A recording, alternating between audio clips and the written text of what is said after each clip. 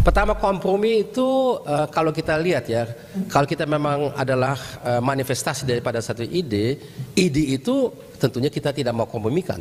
Tapi kalau terjadi satu situasi dalam pemerintahan di mana ada yang masuk ke pemerintahan, ada yang masuk ke oposisi, maka pemerintah pun bisa saja dia secara absolut memutuskan dan mengimplementasikan apa yang dia memang sudah dapat mandatnya, ya kan? Karena dia menang kompetisi, jadi ide itulah yang didukung. Karena memang ada proporsionalitas dalam hal politik, sehingga apa yang mewakili yang tidak memenangkan pemerintah itu juga patut diperhatikan. Disitulah komprominya menurut saya ya. Tapi kalau kompromi itu artinya kita bagi-bagi kue atau bagi-bagi kekuasaan, nanti justru apa yang semula menjadi mandat kita untuk membawa negara dan bangsa itu menuju ke tujuan kita yang kita sudah sepakati, itu bukan satu kompromi yang baik menurut saya. Masih bersama saya bakal calon gubernur Jawa Barat dari Partai Nasdem yang juga menjabat Ketua Dewan Pakar Ikatan Cendekiawan Muslim Indonesia dan pernah menjadi dosen di ITB, Ilham Akbar Habibie. Mas Ilham, saya ingin mengulang kembali apa yang dikatakan oleh Mas Ilham. Bapak selalu menasehati bahwa membangun bangsa dan negara itu ada banyak cara, tak cuma terjun ke politik atau pemerintahan. Jadi tidak harus ke jalur politik, ada banyak cara. Itu satu hal yang saya pegang nasihatnya dari Bapak. Kira ini semacam statement yang diingat oleh banyak orang bahwa memang seorang Ilham Habibie itu apolitis dan berkontribusi pada bangsa dan negara itu tidak melulu dari partai politik. Apa yang berubah? Oke. Pertama, saya harus mungkin komentar tersebut. Komentar itu berarti ada alternatif, tapi bukan apolitis. Apolitis berarti kita tidak punya ketertarikan sama sekali sama politik. Tapi pernyataan Bapak itu yang saya kutip itu adalah memberi arah, jangan kira kita hanya bisa membangun bangsa negara ini melalui politik atau pemerintahan. Tapi memang di lain pihak ada juga yang lain yang namanya kita punya tujuan, kita punya idealisme, kita punya keyakinan bahwasanya untuk membangun negara dan bangsa ini ada cara tertentu yang bisa mencapai hal tersebut, ada yang tidak. Nah, itu yang membuat saya berkeyakinan bahwa saya ini harus bantu, harus terjun langsung karena kita ini punya rencana besar. Kita mau menjadi Indonesia emas. Indonesia emas artinya menjadi negara maju. Dan itu caranya saat ini yang Mas Ilham Anda pandang adalah dengan terjun langsung ke politik praktis. Politik praktis atau saya lebih baik sebut itu sebagai politik dengan tujuan. Ya. Politik praktis itu tidak menggambarkan kenapa kita berpolitik, tapi ini ada tujuan. Tujuannya adalah untuk membangun negara bangsa ini menjadi emas, menjadi maju, menjadi lebih sejahtera, lebih lebih berkemampuan, lebih berdaya saing semuanya. Dan untuk itu mungkin saya perlu memperdalam sedikit saja. Perlu kita mengerti bahwasanya semua negara yang menjadi seperti itu, menjadi negara yang maju, itu dia mempunyai industri kuat. Nggak mungkin tanpa, nggak ada. Kita urut aja, Jepang, Korea, Cina, yang kita sudah lihat sekarang, Vietnam, Malaysia, Singapura sudah maju. Itu semuanya punya atau membangun industri dengan lebih kuat. Nah itu di Indonesia kita harus mendorong. Selama belasan tahun ini kita melihat ada efek yang kita sebut sebagai deindustrialisasi.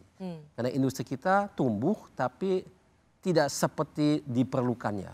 Kita juga sama-sama tahu bahwasanya kita ini harus tumbuh dengan lebih dari 6%, kalau bisa 7% atau 8% bahkan pertumbuhan ekonomi per tahun. Itu hanya bisa kalau industri kita semakin kuat. Ya. Nah, Jabar ini adalah epicentrum industri kita di Indonesia. Lebih dari 50% industri kita di provinsi itu. Nah saya dengan latar belakang saya ini orang engineer, jadi agak teknis. Tapi saya juga pengusaha, saya mengerti bisnis, saya juga mengerti organisasi. Jadi soal itu saya kira adalah hal yang penting saya gunakan untuk menyadari bahwasanya kalau saya benar-benar mau mencapai tujuannya, saya juga harus ikut. Inilah langkah yang harus dilakukan. Momentum itulah yang saya sadar pada waktu itu. It's the moment. Mas Ilham, kalau kita lihat anak-anak presiden, mulai dari pendiri bangsa Presiden pertama Republik Indonesia Bung Karno, punya putri punya partai, jadi ketua umum partai. Ya. Pak Harto juga begitu. Dulu punya Mbak Tutut punya partai meskipun sekarang tidak lagi. Mbak Titi sempat masuk Golkar, sekarang ada di Gerindra. Lalu ada Gus Dur, Mbak Yeni dulu pernah di PKB meskipun sekarang tidak. Ya. Lalu ada Pak SBY punya partai, putranya jadi ketum Partai Demokrat. Bahkan Pak Jokowi juga putranya masuk partai, putra bungsunya jadi ketua umum PSI. Hanya Pak Habibie yang putranya tidak berpartai politik, tidak jadi ketum partai politik. Harusnya di masa itu ketika Pak Habibie punya katakan kekuasaan atau Mas Ilham punya privilege untuk berpartai politik. Harusnya saat itu kan ada karpet merah dan Mas Ilham bisa ambil kan. Kenapa itu tidak digunakan di masa lalu pada saat Anda memiliki power?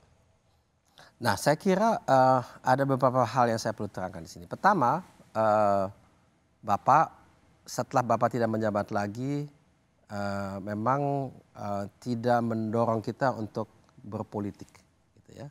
Dan kita tidak dididik seperti itu. Kita profesional, kita profesional sebagai engineer, sebagai pengusaha, tapi bukan di politik. Ya. Jadi tapi di lain pihak, saya kira banyak orang tahu juga Bapak itu adalah salah satu pendiri Partai Golkar. Ya. Tapi mungkin kejadian-kejadian di sekitar tahun 90-99 itu setelah itu Bapak sendiri juga tidak terlalu aktif lagi di partai, mungkin menjadi lebih ke satu older statesman gitu ya, tapi tidak lagi aktif dalam keseharian daripada Partai Golkar. Tapi Bapak ikut mendirikan Partai Golkar dan lama ikut dalam kepemimpinan. Ya kalau saya terus terang di sini, memang saya juga ada kartu anggota Golkar, saya ada. Tapi saya memang terus terang juga saya nggak terlalu aktif memang ya. Saya saat ini di Dewan Kehormatan, di situ saya ikut ya diskusi, tapi saya nggak punya tugas, nggak punya wewenang, nggak punya apa-apa. Jadi ya itu kena warisan dari Bapak dan Ibu. Dan dari Bapak. Dan nggak mau mengeksersis itu. Nah itu pertanyaan lain lagi gitu ya. Tapi marilah kita coba dulu telusuri yang tadi pertanyaan Mbak Rosi tadi. Jadi kalau soal kenapa tidak saya gunakan red carpet? Karena saya kira selama Bapak masih hidup, saya ini punya kebijakan, ya saya tidak mau terlalu kelihatan berpolitik. Ini ada Bapak masih ya. Bapak kan masih punya pengaruh di Indonesia, bukan sebagai politisi, tapi sebagai mantan presiden, sebagai orang yang ya negarawan dalam bahasa Indonesia. Kenapa Mas Ilham tidak menggunakan pengaruh Bapak untuk mendapatkan akses politik? Saya bisa mendapatkan akses politik, tapi saya lihat dengan mata kepala saya sendiri bahwasanya akses politik yang saya punyai dengan auranya Bapak itu tidak cukup untuk mendorong apa yang saya ingin mendorong di Indonesia itu ke arah yang menurut saya lebih baik. Itu tidak cukup. Ya. Bahkan waktu Bapak masih hidup pun tidak cukup menurut saya ya. Jadi bagaimanapun dan itu memang saya sadari setelah, dan ini adalah satu pengalaman yang secara akumulasi saya dapatkan bertahun-tahun. Jadi selama Bapak masih hidup saya agak enggan, saya nggak mau kelihatan terlalu aktif karena masih ada Bapak.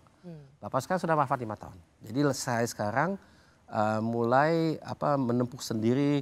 Saya juga dalam waktu 5 tahun yang lalu ini saya harus banyak hal berubah dan mungkin sekarang saya siap untuk benar-benar melangkah.